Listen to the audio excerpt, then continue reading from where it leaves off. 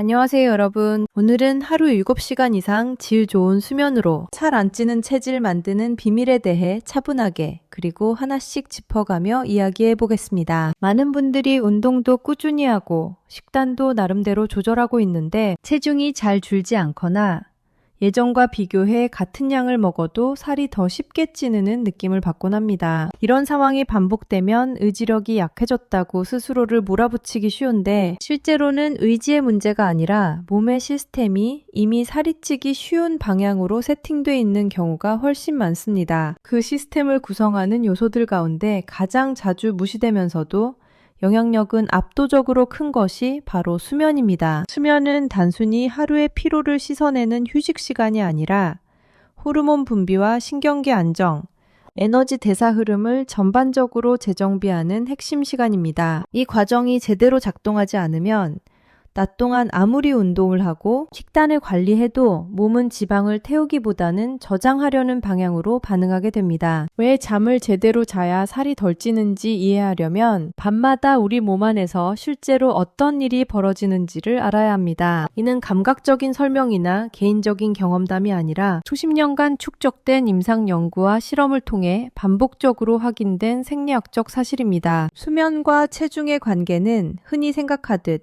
잠을 못 자서 피곤하니까 덜 움직인다 라는 수준에 머물지 않습니다. 핵심은 수면 중에 분비되는 여러 호르몬들이 지방을 연소할지 아니면 저장할지를 직접적으로 결정한다는 점에 있습니다. 그 중심에 있는 것이 흔히 말하는 수면 중 호르몬 3총사입니다. 첫 번째는 성장 호르몬입니다. 성장 호르몬은 이름 때문에 성장기 아이들에게만 중요한 호르몬처럼 느껴지지만 성인에게도 체형과 대사를 좌우하는 매우 중요한 물질입니다. 이 호르몬은 낮 동안에는 거의 분비되지 않다가 밤에 잠이 들고 약 1시간 정도 지난 뒤 시작되는 깊은 수면 단계에서 폭발적으로 분비됩니다. 하루 전체 분비량의 70에서 80%가 이 짧은 시간 동안 집중적으로 나오며 이때 성장 호르몬은 근육 단백질 합성을 촉진하고 저장된 지방을 분해해 에너지로 사용하도록 지시합니다. 쉽게 말해 몸에 지금은 지방을 태워도 안전하다는 신호를 보내는 역할을 합니다. 문제는 잠드는 시간이 늦어지거나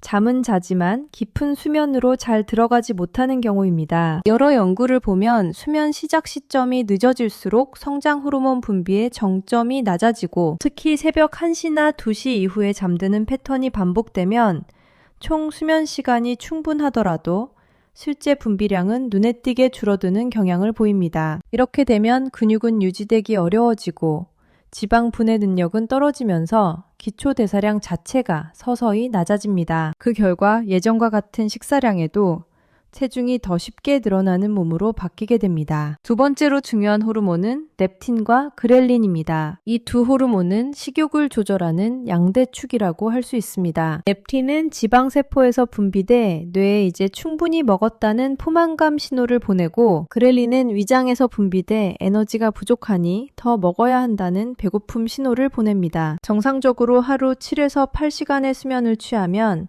이 두 호르몬은 비교적 안정적인 균형을 유지합니다. 하지만 수면 시간이 5에서 6시간 이하로 줄어들면 이 균형은 빠르게 무너집니다. 실험 결과를 보면 수면 부족 상태에서는 렙틴 수치가 평균 15에서 18% 감소하고 그렐린 수치는 15에서 28%까지 증가합니다. 이는 단순히 배가 조금 더 고파지는 정도가 아니라 뇌의 보상 회로를 자극해 고탄수화물과 고지방 음식에 대한 갈망을 크게 키우는 방향으로 작용합니다. 그래서 잠을 제대로 못 잔 다음 날 유독 빵, 과자, 달콤한 디저트나 기름진 음식이 강하게 당기는 현상이 나타납니다. 이는 의지가 약해서 생기는 문제가 아니라 호르몬 신호가 그렇게 설계되어 있기 때문에 나타나는 반응입니다. 실제로 성인을 대상으로 한 연구에서 단 이틀 동안 수면 시간을 4시간으로 제한했을 뿐인데 참가자들의 하루 평균 섭취 열량이 350에서 500kcal 정도 증가했습니다. 폭식을 한 것도 아닌데 간식과 식사량이 자연스럽게 늘어난 결과였습니다. 이 정도의 열량 초과가 장기간 누적되면 체중 증가로 이어지는 것은 피하기 어렵습니다. 세 번째는 코르티솔입니다. 코르티솔은 흔히 스트레스 호르몬으로 알려져 있지만 수면과 체지방 분포에 깊게 관여합니다. 정상적인 생체 리듬에서는 코르티솔 수치가 밤에 낮아졌다가 새벽에 서서히 올라 아침에 몸을 깨우는 역할을 합니다. 그러나 수면이 부족하거나 수면의 질이 나쁘면 이 리듬이 깨져 저녁과 밤 시간에도 코르티솔 수치가 높게 유지됩니다. 이 상태가 지속되면 혈당을 조절하는 인슐린의 작용이 둔해지고 남은 에너지가 특히 복부와 내장 지방으로 저장되기 쉬운 환경이 만들어집니다. 결국 수면 부족은 복부 비만과 내장 지방 증가, 대사증후군 위험 상승으로 이어지는 경로를 자연스럽게 열어버립니다. 성장 호르몬 감소, 렙틴과 그렐린의 불균형, 코르티솔, 상승이라는 세 가지 변화가 동시에 일어나는 것이 수면 부족의 가장 무서운 점입니다. 이런 상태에서는 아무리 식단을 줄이고 운동을 해도 몸은 스스로를 보호하기 위해 지방을 저장하려는 방향으로 반응합니다. 실제로 여러 연구를 종합한 메타 분석에서도 하루 평균 수면 시간이 6시간 미만인 사람은 7시간 이상 자는 사람에 비해 비만 위험이 약 1.4배 이상 높다는 결과가 반복적으로 보고되고 있습니다. 여기까지 들으면 무조건 7시간 이상 자면 되는 것 아니냐고 생각하기 쉽지만 여기에는 또 하나의 중요한 함정이 있습니다. 바로 수면의 질입니다. 단순히 침대에 누워있는 시간이 7시간이라고 해서 몸이 동일하게 반응하는 것은 아닙니다. 얕은 잠이 많고 자주 깨는 수면에서는 성장 호르몬 분비가 30에서 50%까지 줄어들 수 있습니다. 진짜 중요한 기준은 깊은 수면, 즉 서파 수면의 비율과 수면 효율입니다. 이상적으로는 전체 수면 시간의 20에서 25% 정도가 깊은 수면으로 채워지고 REM 수면 역시 20에서 25% 수준을 유지하며 침대에 누워있는 시간 대비 실제로 잠든 비율인 수면 효율이 85% 이상 나오는 것이 바람직합니다. 수면 시간이 충분해 보이더라도 스마트폰 사용,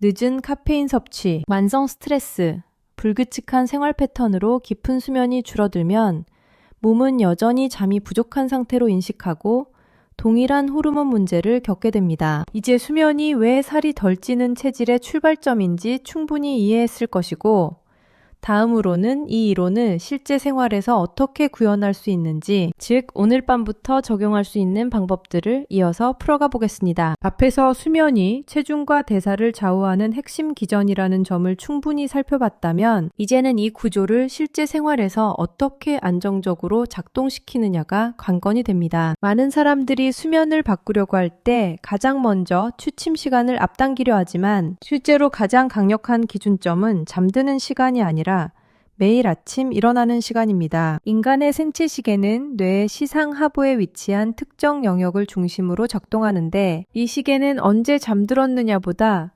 언제 빛을 처음 인식했느냐에 훨씬 더 민감하게 반응합니다. 그래서 매일 같은 시간에 기상하는 습관은 멜라토닌 분비 리듬을 고정시키는 가장 확실한 방법이고 이 리듬이 잡히면 밤이 되었을 때 억지로 자려고 노력하지 않아도 자연스럽게 졸음이 몰려오는 구조가 만들어집니다. 평일과 주말의 기상시간이 크게 어긋나는 패턴은 흔히 사회적 시차라고 불리는데 이는 실제로 시차가 있는 지역을 오가는 것과 유사한 수준의 생체 리듬 혼란을 유발하고 이 상태가 반복되면 수면의 양과 질을 모두 확보하기 어려워집니다. 그래서 주말의 늦잠으로 평일의 수면 부족을 만회하려는 시도는 단기적으로는 편하게 느껴질 수 있지만 장기적으로는 수면 리듬을 더 망가뜨려 체중 관리 측면에서 불리하게 작용합니다. 기상시간을 고정했다면 그 다음으로 중요한 요소는 아침 햇빛입니다. 눈을 통해 들어오는 자연광은 뇌에 지금이 하루의 시작이라는 신호를 전달하고 동시에 멜라토닌 분비를 억제해 각성을 돕습니다. 이 신호가 들어간 시점부터 약 14에서 16시간 뒤에 다시 멜라토닌 분비가 시작되는데 이 타이밍이 곧 밤에 졸음이 오는 시점이 됩니다. 아침에 햇빛을 거의 보지 않고 실내에서만 생활하다가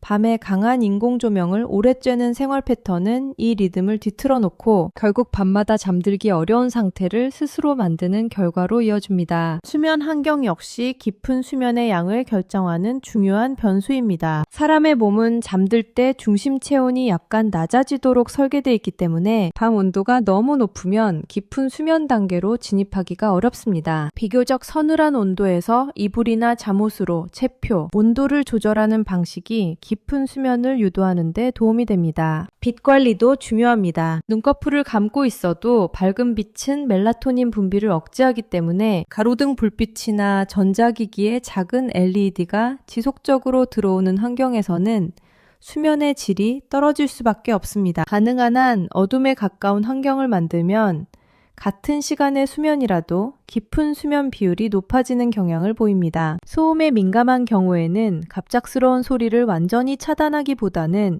일정한 백색 소음을 활용하는 것이 도움이 되는데, 이는 뇌가 환경 변화를 위협으로 인식하지 않게 만들어 수면 중 각성을 줄이는 효과를 냅니다. 침대 사용 습관 또한 간과하기 쉬운 요소입니다. 침대에서 스마트폰을 보거나 일을 하는 습관은 뇌에게 침대를 각성 공간으로 학습시키는 결과를 낳고, 그 상태가 반복되면 누웠을 때 잠이 잘 오지 않는 악순환이 형성됩니다. 침대는 잠을 자는 공간이라는 인식을 일관되게 유지할수록 뇌는 그 공간에 들어가는 순간 자동으로 수면 모드로 전환되기 쉬워집니다. 취침 전 루틴은 수면의 질을 좌우하는 마지막 관문이라고 할 수 있습니다. 잠들기 직전까지 이어지는 자극적인 활동은 교감신경을 활성화시켜 몸을 깨어있게 만듭니다. 카페인의 경우 개인차는 있지만 평균 반감기가 5에서 8시간에 이르기 때문에 오후 늦게 마신 커피 한 잔이 밤의 깊은 수면을 방해하는 경우도 적지 않습니다. 술은 잠을 빨리 들게 만드는 것처럼 느껴지지만 실제로는 깊은 수면과 REM 수면을 깨트려 다음날 피로와 식욕 증가로 이어지는 패턴을 만들기 쉽습니다. 블루라이트는 멜라토닌 분비를 직접적으로 억제하므로 취침 전 일정 시간 동안 화면 밝기를 줄이거나 차단하는 것이 도움이 됩니다. 이 시간대에 따뜻한 샤워나 족욕을 하면 일시적으로 체온이 올라갔다가 다시 내려가면서 졸음을 유도하는 생리적 반응이 나타납니다. 가벼운 스트레칭이나 호흡 훈련은 부교감 신경을 활성화해 심박수와 긴장을 낮추는 데 도움이 되고, 하루 동안 쌓인 생각과 걱정을 미리 적어내는 습관은 잠자리에 누웠을 때 생각이 계속 이어지는 현상을 줄여줍니다. 낮 시간의 생활 습관 역시 밤 수면을 준비하는 과정이라는 점을 기억할 필요가 있습니다. 낮 동안 충분한 햇빛 노출과 신체 활동, 사회적 상호작용은 수면 압력을 쌓아 밤에 자연스럽게 잠이 들도록 돕습니다. 반대로 늦은 오후나 저녁 시간에 과도한 운동은 각성 호르몬을 높여 잠들기 어려운 상태를 만들 수 있으므로 강도와 시간을 조절하는 것이 필요합니다. 낮잠은 완전히 피해야 할 대상은 아니지만 길어질수록 밤 수면에 부담을 주기 때문에 짧고 이른 시간에 제한하는 것이 바람직합니다. 흔히 하는 오해 중 하나는 늦게 자더라도 아침에 일찍 일어나기만 하면 된다는 생각인데, 성장 호르몬 분비의 핵심 구간은 자정 전후에서 새벽 초반에 집중되기 때문에 단순히 총 수면 시간만 맞추는 방식으로는 이 효과를 온전히 얻기 어렵습니다. 술로 잠을 유도하는 습관 역시 단기적인 해결책처럼 보일 수 있지만 장기적으로는 수면의 질을 계속 떨어뜨려 체중 관리와 컨디션 모두에 불리하게 작용합니다. 결국 수면을 바꾸는 가장 현실적인 출발점은 완벽한 계획을 세우는 것이 아니라 하나의 기준을 고정하는 것입니다. 그중 가장 효과가 큰 행동은 아침 기상 시간을 정하고 그 시간에 일어나 햇빛을 쬐는 습관을 만드는 것입니다. 이 한 가지 변화만으로도 일정 기간이 지나면 밤에 자연스럽게 졸음이 몰려오고 깊은 수면 비율이 늘어나면서 아침 컨디션과 식욕 패턴이 달라지는 흐름을 경험하게 됩니다. 수면은 다이어트의 보조 수단이 아니라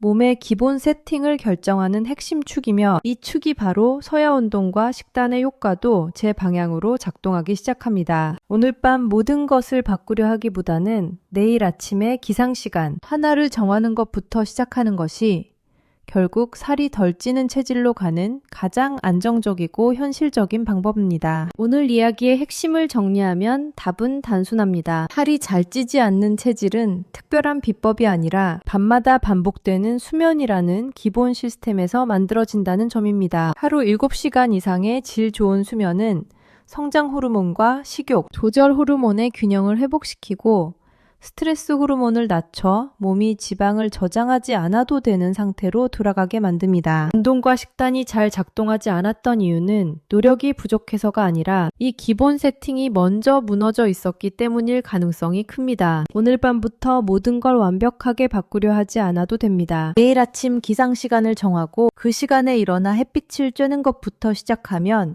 수면 리듬은 자연스럽게 따라옵니다. 이런 작은 변화가 쌓이면 몇 달 뒤 몸의 반응은 분명히 달라집니다. 도움이 되셨다면 구독과 좋아요로 함께 해주시고 놓치지 않고 계속 보고 싶다면 알림 설정도 해두세요. 앞으로도 몸의 원리를 바탕으로 한 현실적인 건강 이야기 계속 이어가겠습니다.